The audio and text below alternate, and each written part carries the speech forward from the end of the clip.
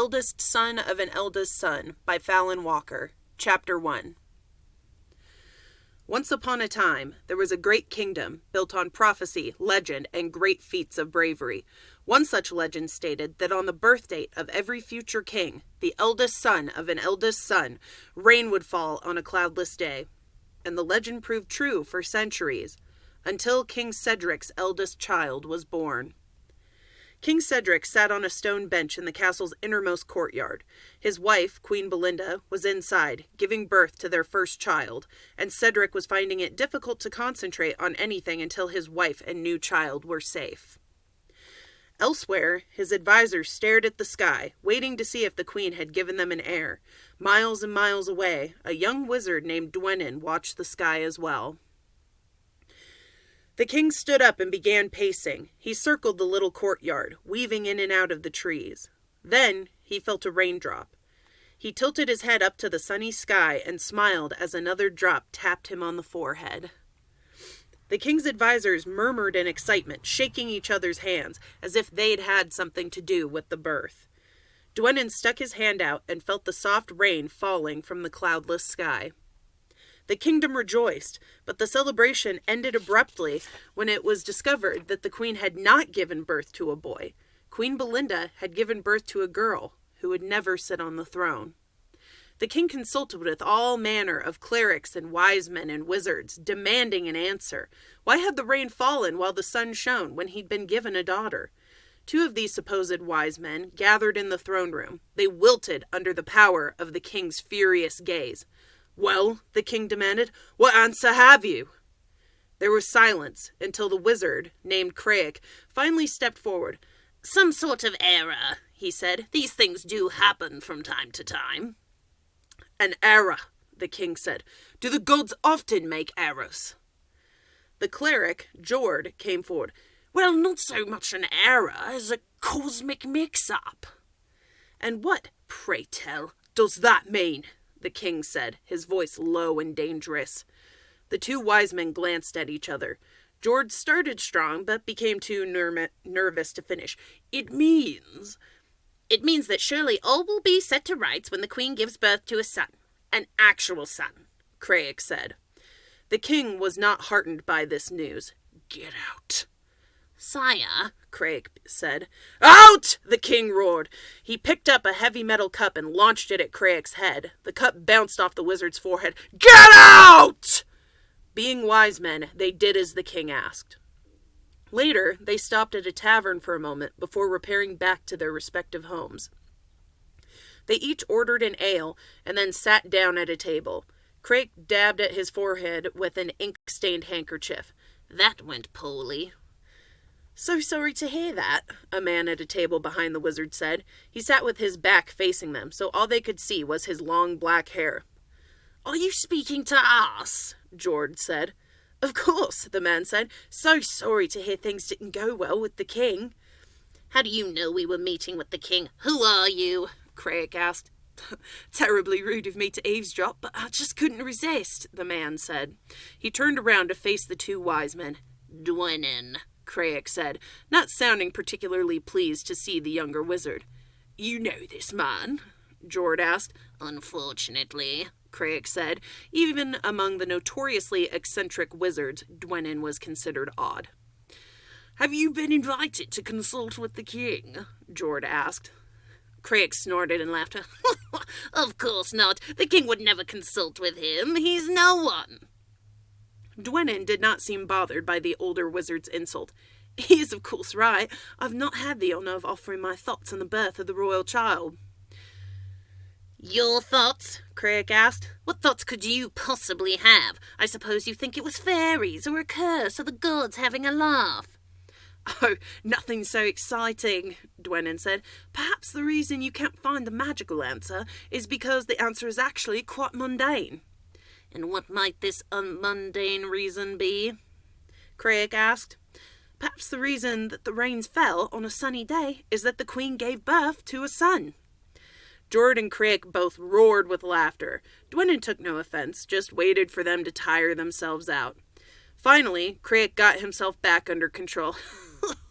Oh, Dwennon, you do make me laugh. Surely you cannot be so stupid. You know what a girl is. You know what a boy is. Dwennon shrugged and took a long swig of his drink. You'll see, the Queen will give birth to a boy, the unclouded rains will fall again, and all of this bad business will be behind us, George said. Dwennon had his doubts. Those doubts were proven out several years later when the Queen did give birth to a son. The skies did not open for him.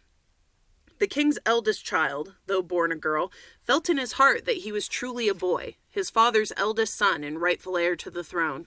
He refused to answer to his given name and would only allow himself to be called Allard, after Allard of the Green, the greatest knight in the history of the realm. When Allard was 6, he stood in the center of his pretty bedroom with the painted flowers on the walls and the dusty rose furniture. He clamped his arms to his sides. His nanny tried to pry his arms up so that she could put him in the dress that some duchess or another had sent as a birthday gift. "Come along, princess, it's such a pretty dress." Allard ducked his head down so his long blonde hair fell in his face. "Well, you can't wear that," Nanny said.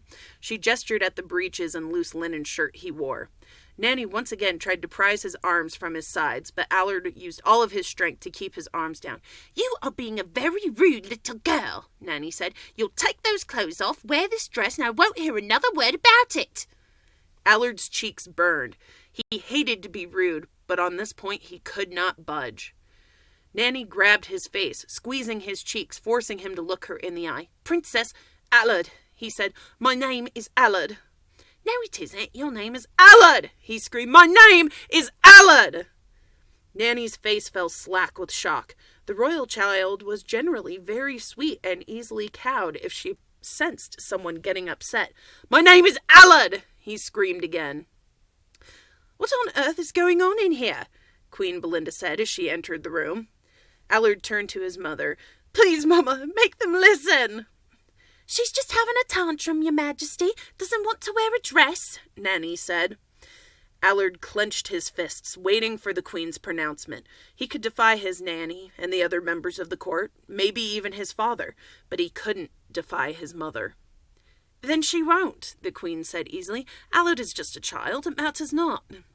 Allard ran forward and buried his face in his mother's skirts, hugging around her legs.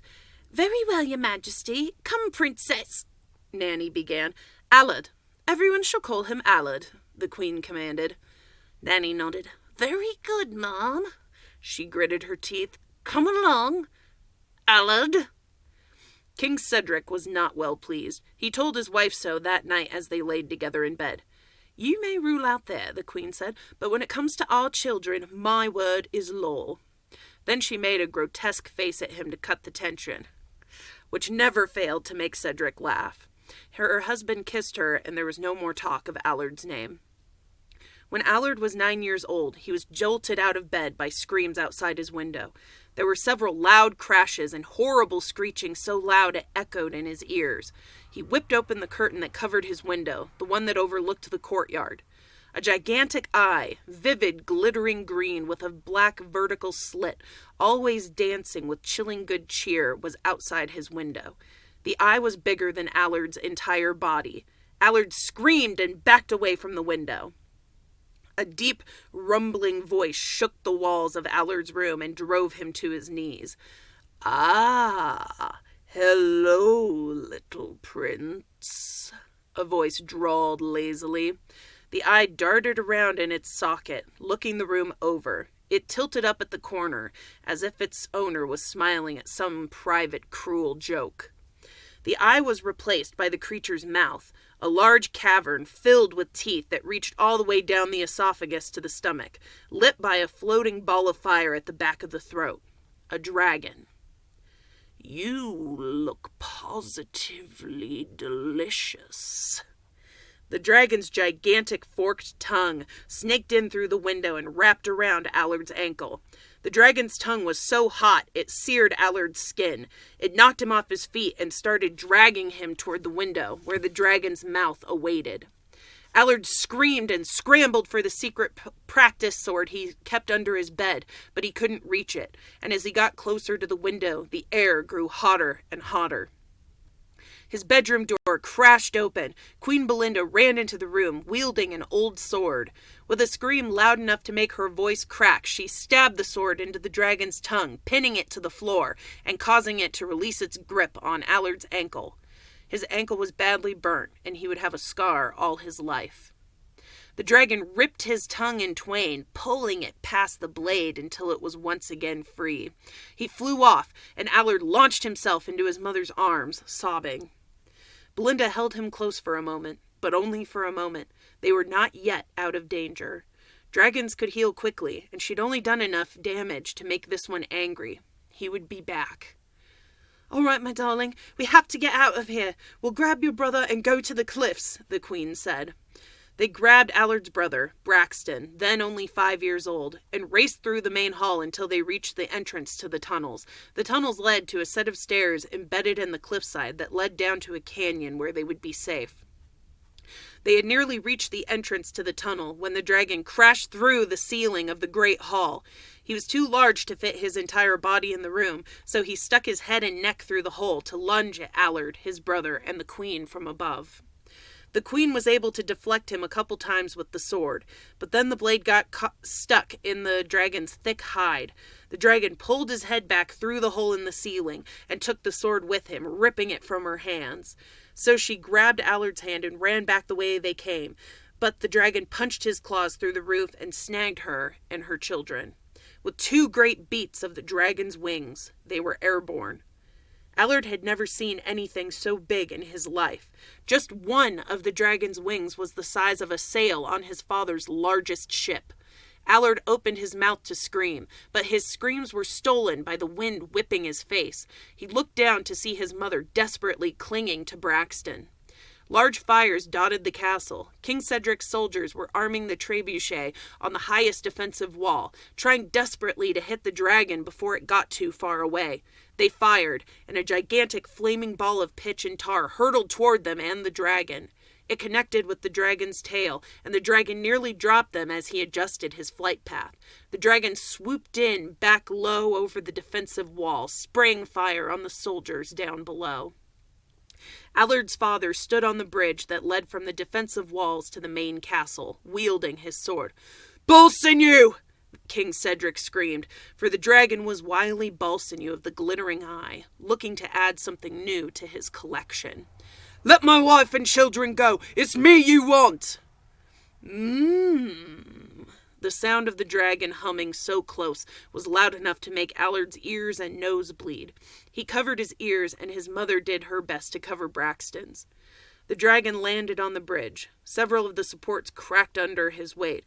"Mighty presumptuous of you," the dragon said, but he did release his grip on the Queen and Braxton. He kept his hold on Allard, however. The king lunged forward. The dragon pretended to drop Allard, and Cedric froze. Then the dragon caught Allard and laughed. He waggled a claw in the king's direction. His eyes danced in the dark.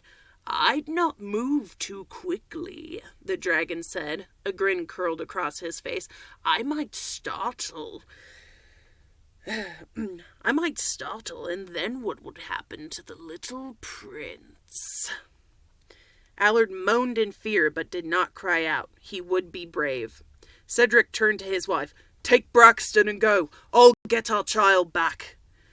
Belinda shook her head. "I can't leave you. I can't leave him." She reached longingly for Allard. "We have to protect Braxton," Cedric said. "He's the future king." The Queen pointed at one of the soldiers, who was impossibly young, still a child. "You, come here." The soldier stepped forward. Queen Belinda shoved Braxton into the soldier's arms. "Take him to the tunnels. Keep him safe." This way, she could get 2 children out of harm's way, Braxton and the young soldier. The soldier looked to the king for confirmation. He nodded. "Go." The king and queen refocused their attention on the dragon and Allard. Cedric stepped forward. "Give me my child." "I don't think I will. I think I'll just eat him up right now, Balsinew said. The dragon opened his mouth wide. The fireball at the back of his throat grew in size until it illuminated the night sky.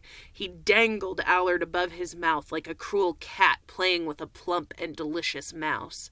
"No!" the queen screamed. Allard didn't dare kick or struggle, lest he cause the shirt he was hanging by to rip and send him tumbling down the dragon's gullet. The dragon lowered Allard. "Then again, maybe I won't." With a scream, the king rushed forward, sword over his head, intent on plunging it straight into Balsinew's heart. But the dragon easily knocked the king aside. Cederic slammed into a stone wall. The king tried to climb to his feet, but he found that his legs would not respond to his commands. He struggled to move at all. He could only watch as the dragon swept the remaining soldiers off the bridge, leaving his wife and child with no defense. The queen picked up the king's sword and ran forward. The dragon swiped at her and she managed to stab him in the arm. Then she struck the sword in the dragon's great belly. The dragon let out a pained roar so loud that for the rest of his life, Allard would be sensitive to loud noises and have trouble hearing soft ones. The dragon let go of Allard, tossing him onto the bridge, and then he beat his giant wings and took flight. Dragons were patient creatures, always willing to disengage until they were sure they once again had the advantage. Belinda stood Allard up and told him to go to his father. Allard wanted to refuse, wanted to protect his mother. His mother could sense this, but she needed him out of harm's way. Queen Belinda picked up an orphan sword from where it lay next to its fallen owner. She swung it experimentally a few times. Then she nodded to herself. It would do. "Mama," Allard said, "I'll be all right." Belinda could hear the great flapping sound that meant the dragon was coming back. She kept the orphan sword for herself and gave the king's sword to Allard. "You go. Protect your king and I'll do the same." The queen knew that the only way to get Allard to safety was to appeal to his sense of duty, his sense of honor. Allard hesitated once more. Belinda gathered him in her arms and gave him a tight hug. "Go!" Allard nodded and ran to his father's side. His father was unconscious, and so Allard had to drag him back into the castle. A great crash sounded. The dragon had once again landed on the bridge, damaging it further. Allard pulled hard, trying to get his father inside to safety. Once he had his father situated in the entrance hall, he ran back outside, just in time to hear his mother scream and see a great flash of light. The bridge broke under Queen Belinda's feet, and she fell toward the water below. The dragon snatched her out of the air. Allard raced forward with his father's sword, determined to save his mother, though he had no idea how he could possibly reach her. In the end, he could only watch in horror as the dragon beat the air with his great wings and took off into the night sky with the queen clutched in his claws. Allard never saw his mother again.